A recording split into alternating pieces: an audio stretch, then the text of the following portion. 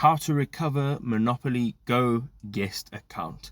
Good day folks, and welcome to the channel. If you have started Monopoly Go with a guest account and you have somehow lost your data on your game, in any instance you may have cleared your data in your settings, it is unfortunately something that you will not be able to actually recover. However, if you go ahead now and say play as guest, you will start a new guest account, but there is a way of making sure that you can recover your main account. So if you tap on play with friends, as I'm doing right over here, you can just tap on confirm. And right over here, you'll see that there is a saved account, which is actually not a guest account. It is a Facebook linked account. And you can just choose whichever one you'd like and go ahead and tap OK. And you will then be able to have that account recovered. I hope you enjoyed this video. If you did, drop us a like. We'll see you in another awesome one. Cheers for now.